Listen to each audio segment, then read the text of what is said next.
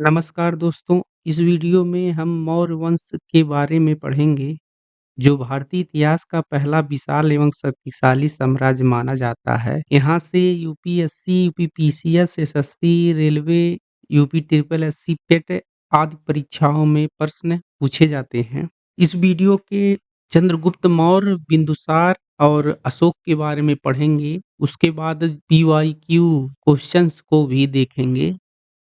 तो सबसे पहले हम बात करेंगे चंद्रगुप्त मौर्य के बारे में।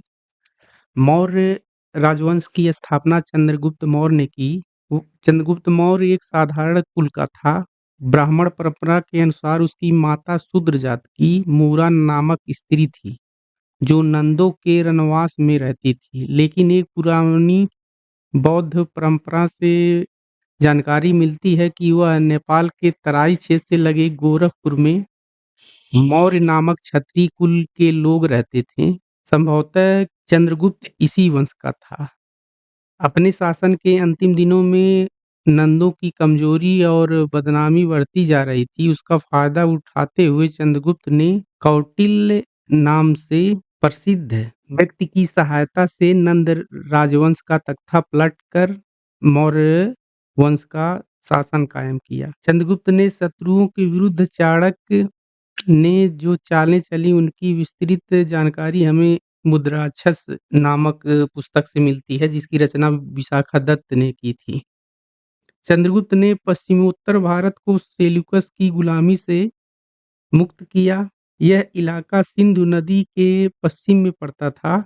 ऐसा लगता था कि इस यूनानी वायसराय के साथ हुई लड़ाई में चंद्रगुप्त विजयी रहा। चंद्रगुप्त ने विशाल साम्राज्य स्थापित कर लिया था, जिसमें पूरे बिहार तथा उड़ीसा और बंगाल के बड़े भागों के अतिरिक्त पश्चिमी और उत्तर पश्चिमी भारत और दक्कन की ओर फैले थे।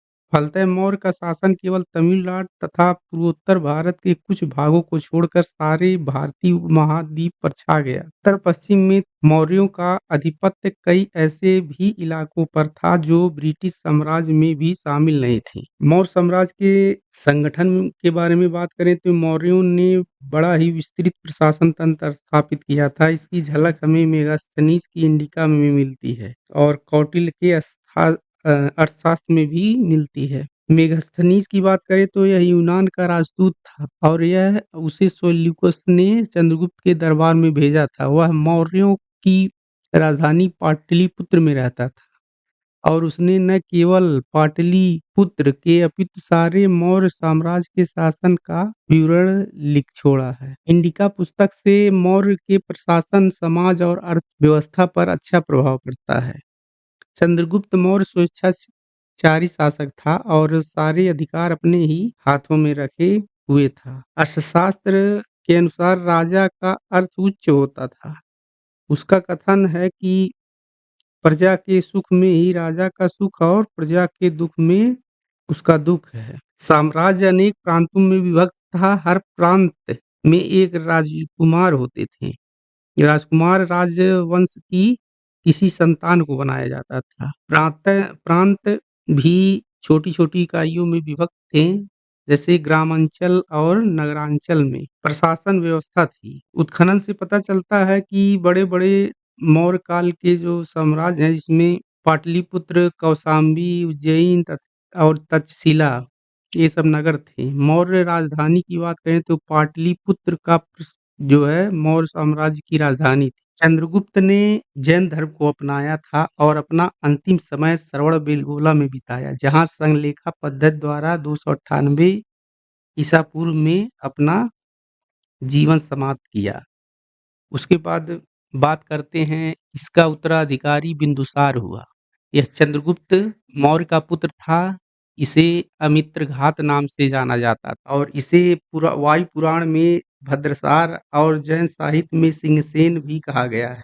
यूनानी लेखकों के अनुसार ही इसे अमित्रघात कहा जाता था।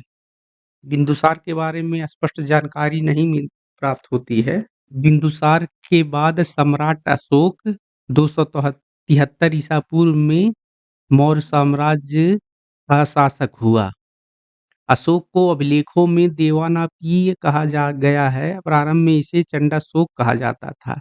अशोक अपने राज्याभिषेक के 9वें वर्ष 261 ईसा पूर्व में कलिंग युद्ध में विजय प्राप्त की थी। कलिंग युद्ध में हुए नरसंहार तथा जनता के कष्ट को देखते हुए अशोक की आत्मा को बहुत आघात पहुंचा और अशोक ने युद्ध को हमेशा के लिए त्याग दिया और दिग्विजय के स्थान पर धम्म विजय की नीति को अपनाया। कलिंग के इसी युद्ध के बाद अशोक के हृदय परिवर्तन की बात कही जाती है। उसके बाद मौर्य साम्राज्य की प्रमुख विशेषताओं की बात करें तो इसमें शक्तिशाली और संगठित प्रशासक हुआ करते थे। गुप्तचर की बात हम आगे करेंगे। उसके बाद कर व्यवस्था भी सुव्यवस्थित थी, सड़कें, नहरें, कुएं बनवाए गए थे। उसके बाद धर्म की बारे में बात करें तो अशोक ने बौद्ध धर्म को अपनाया था, जबकि चंद्रगुप्त ने जैन धर्म को अपनाया था। लेकिन सभी धर्मों का अशोक सम्मान करता था। उसके बाद मौर्य साम्राज्य के पतन का कारण था उसके कमजोर उत्तराधिकारी। 185 ईसा पूर्व में अंतिम मौर्य शासक बृहद्रथ की हत्या उसके ही सेनापति पुष्यमित्र शुंग ने कर दी और उसके बाद शुंग वंश की स्थापना कर दी थी। उसके बाद बात करें मौर्य साम्राज्य की आर्थिक व्यवस्था की तो उसमें भूमि कर, व्यापार कर, खनिज कर, वन कर, जल आदि कर आय का प्रमुख साधन होती थी। उसके बाद बात करें अशोक के प्रमुख शिलालेख एवं स्तंभ लेख में तो उसमें प्रसिद्ध जो हैं प्रमुख शिलालेख में जैसे गिरनार साहब, बाजगढ़ी, मानसहरा, कालसी। स्तंभ लेख की बात करें तो लौरिया नंदगढ़, लौरिया राज, रामपुरवा, सारनाथ। सारनाथ का सिंह स्तंभ भारत का राष्ट्रीय प्रतीक के रूप में भी जाना जाता है। गुप्तचर व्यवस्था की बात करें तो इसमें गुप्तचर के रूप में सन्यासी, व्यापारी, तपस्वी आदि रखे जाते थे। उसके बाद मौर्य साम्राज्य के जो महत्वपूर्ण तथ्य हैं जिनमें एग्जाम में जो पूछे जाते हैं उसमें उनका स्थापना हो गया 322 ईसा पूर्व में। संस्थापक चंद्रगुप्त मौर्य था। उसके बाद चंद्रगुप्त मौर्य के गुरु की बात करें तो चाणक्य, जिसे कौटिल्य और विष्णुगुप्त के नाम से जाने जाते हैं, जिनका प्रमुख ग्रंथ अर्थशास्त्र था। और यूनानी राजदूत उस समय जो है मेगास्थनीज हुआ करता था, जिसने इंडिका नामक पुस्तक लिखा है। उसके बाद महान शासक की बात करें तो सम्राट अशोक महान शासक था। कलिंग का युद्ध जो सबसे प्रसिद्ध युद्ध माना जाता है 261 ईसा पूर्व में हुआ, जिसमें अशोक के हृदय परिवर्तन की बात कही गई है। उसके बाद भारत का राष्ट्रीय प्रतीक की बात करें तो सारनाथ है का सिंह स्तंभ है। पतन कब हुआ था तो 185 ईसा पूर्व में बृहद्रथ की हत्या के बाद इसका पतन हो गया। मौर्य साम्राज्य के प्रशासन की बात करेंगे। इसमें राजधानी पाटलिपुत्र थी मौर्य वंश की। शासन प्रणाली की बात करें तो केंद्रीकृत एवं संगठित थी। साम्राज्य को प्रांतों में बांटा गया था। उसके बाद प्रांतों के अंतर्गत युक्त और राजुक जो है उसका प्रशासक हुआ करते थे। ग्राम स्तर की बात करें तो ग्रामीण ग्राम स्तर का होता था प्रशासक। और प्रशासन के अंग की बात करें इसमें समाहर्ता कर संग्रह का अधिकारी होता था। सचिदाता जो है कोषाध्यक्ष को कहा जाता था। अंकेक्षक जो है लेखा परीक्षक को कहा जाता था। दंडपाल जो होता था उसे पुलिस के प्रमुख को दंडपाल कहा जाता था। नायक सैनिक प्रमुख को कहा जाता था। और पैरोध्यक्ष नगर प्रशासक का प्रमुख होता था। और कौटिल्य के अनुसार गुप्तचर व्यवस्था बहुत ही अत्यंत सुदृढ़ थी उस समय।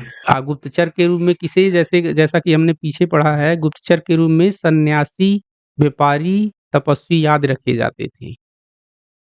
उसके बाद हम प्रीवियस ईयर क्वेश्चन को देखेंगे जो यहाँ से क्वेश्चन आते हैं, वही क्वेश्चन इसमें लिया गया है। जैसे मौर्य साम्राज्य का संस्थापक कौन था? तो इसका विकल्प ए हो जाएगा चंद्रगुप्त मौर्य।